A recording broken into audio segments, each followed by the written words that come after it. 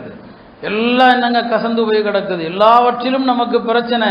என்ன காரணம்? எங்கேயுமே அமானிதம் இல்லை. கணவன் மனைவிங்கிற இந்த வாழ்க்கையும் அமானிதம் தான். கணவன் மனைவிக்கு மத்தியில் உள்ள வாழ்க்கை அமானிதம்.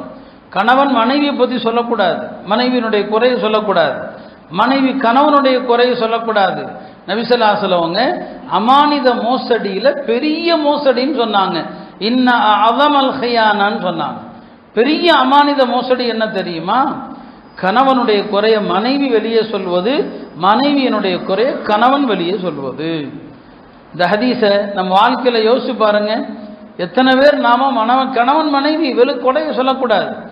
அவர்களுக்கு மத்தியிலே ஒரு பிரச்சனைன்னு வந்தா கூட குறைய இந்த பெண்ணிடம் இந்த குறைங்கிறத யார்கிட்ட சொல்லலான்னு சொன்னா, யார் அந்த பிரச்சனையில பேச போறாரோ, ஒரு காதியோ ஒரு பஞ்சாயத்து நடுவரோ, அவங்கள்ட்ட தான் சொல்லலாம். மூணாவது மனிதர்கள்ட்ட சொல்லக்கூடாது. குடும்பத்தில் உள்ள என் பொண்டாட்டி அப்படி இருக்கிறா இப்படி இருக்கிறான்னு சொல்லலாமா? சொல்லக்கூடாது.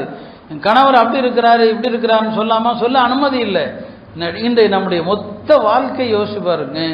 இந்த அமானிதம் இல்லை. கணவன் மனைவிக்கு மத்தியில் ரகசியத்தை பாதுகாக்கிற பழக்கம் இல்லை.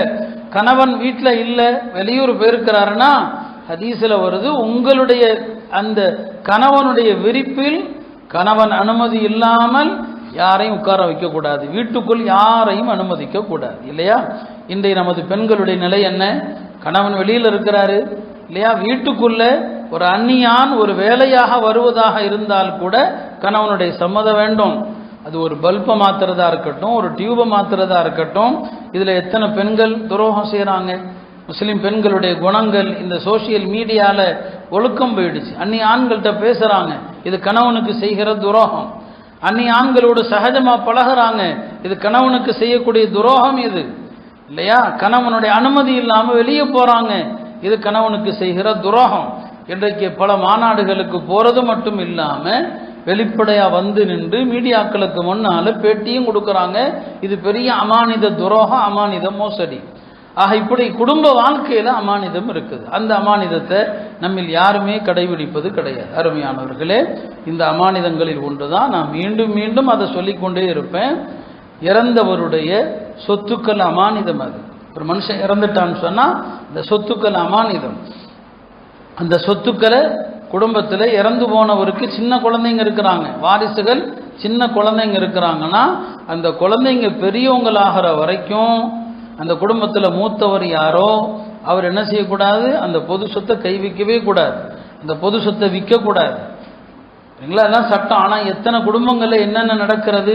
இறந்து போனவருடைய சொத்துக்கள் விஷயத்தில் பருவமடையாத சிறுவர்கள் இருப்பாங்க, மூத்தவர் இருப்பார், எல்லா சொத்தையும் அழிச்சிட்றாங்க. இந்த அமானிதம் நம்மள்கிட்ட இல்லை. உங்களுக்கெல்லாம் தெரியும், ஒரு குகையில் 3 பேர் போய் பதுங்கினாங்க, மழைக்காக இடிக்காக. ஒரு பெரிய பாறாங்கல் மூடிக்கொண்டது. 3 பேருமே தங்களுடைய வாழ்க்கையினுடைய நல்லறத்தை சொல்லி அல்லாட்ட கேட்டாங்க. எல்லாம் இந்த நல்லறத்தை நீ பொருந்தி கொண்டா இந்த பாறை விலகச்சைன்னு கேட்டாங்க. அதில் ஒரு முதலாளி, இந்த மாதிரி முதலாளிகளாக நம்ம இருக்கிறோமான்னு யோசிச்சு பாருங்க.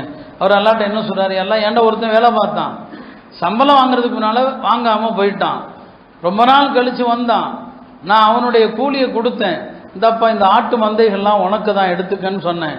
அந்த பையன் என்னங்க எனக்கு கேள்வி பண்ணுறீங்களா, எனக்குரிய கூலி கம்மி தானே, ஆட்டு மந்தை எனக்கு சொந்தமானு சொல்லி அவர் சொன்னார், இல்லைப்பா நீ விட்டுட்டு போன கூலியை நான் என்ன செஞ்சேன், அதில் இந்த ஆடுகளை வாங்கி வளர்த்து பெருக்கி அதில் கிடைச்ச லாபம் தான், இதெல்லாம் உனக்கு தான்.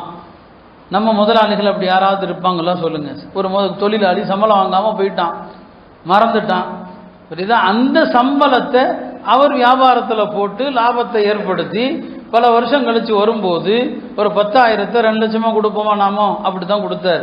எல்லாம் உனக்கு இது பொருத்தம் என்றால் இந்த பாறை விலகட்டும். பாறை விலகச்சு. இன்னைக்கு நமக்கு முன்னாலேயும் பல பாறைகள் நிற்குது இல்லையா? ஒரு பாறை இல்லை, பல பாறை நிற்குது. நாமளும் கெஞ்ச தான் செய்கிறோம் இல்லையா? ஹரம்லையும் கெஞ்ச தான் படுது. யார் வாழ்க்கையிலையும் அமானிதம் இல்லாமல் இந்த பாறைகள் எப்படி நம்மை விட்டு விலகும்? நாம் இந்த அரசுக்கு எதிராகவோ அல்லது அநியாயக்காரர்களுக்கு எதிராகவோ கேட்குற இந்த துவாக்கள் இந்த முகட்டுக்கு மேலே கூட உயர்வதில்லை, ஒரு ஜான் கூட உயர்வதில்லை. ஹதீஸில் அப்படியே வரும், சில பேருடைய துவாக்களும் தொழுகையும் தலைக்கு மேலே ஒரு ஜான் கூட உயராதுன்னு சொன்னாங்க. ஏன்? நம்முடைய அமானித மோசடி தான். எனவே தான் நபி ஸல்லல்லாஹு அலைஹி வஸல்லம் அவர்கள் இந்த குணத்தை தான் ஈமானுடைய அடிப்படை குணம், இந்த அமானிதம் என்கிற சிறந்த குணம் உங்களிடம் இருந்தால் எதை பற்றியும் நீங்கள் கவலைப்பட தேவையில்லை. நமக்கு வழங்கப்பட்டிருக்கிற பொறுப்புகள், நாம் ஏற்றிருக்கிற பொறுப்புகள் அமானிதம்.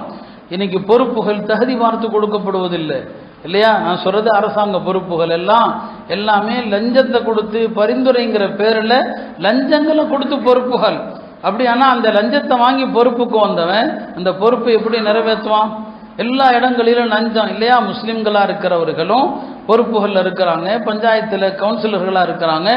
அரசு கொடுக்கிற நிதியை எதுக்கு கொடுத்தாங்களோ அதுக்கு பயன்படுத்துறது இல்லை. மோசடி, ஒட்டுமொத்த சமூகத்துக்கும் செய்கிற மோசடி. இந்த மோசடியை செஞ்சு விட்டு எப்படி அவருடைய தொழுகை, அவருடைய ஹஜ்ஜு எவ்வாறு அல்லாஹ்ட்ட ஏற்கப்படும்? எனவே நாம் எல்லோருமே இதை நினைத்து கவலைப்பட்டு அல்லாஹ்விடத்தில் அஞ்சணும். அமானிதம் என்பது உங்களுக்கு உரிமை இல்லாத விஷயத்தில் நீங்கள் அதை பயன்படுத்தக்கூடாது. இதுதான் அமானிதம்.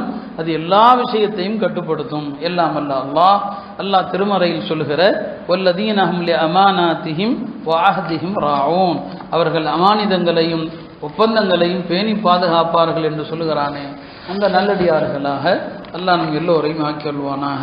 வாஹிரு தஅவானா அல்ஹம்துலில்லாஹி ரப்பில் ஆலமீன்.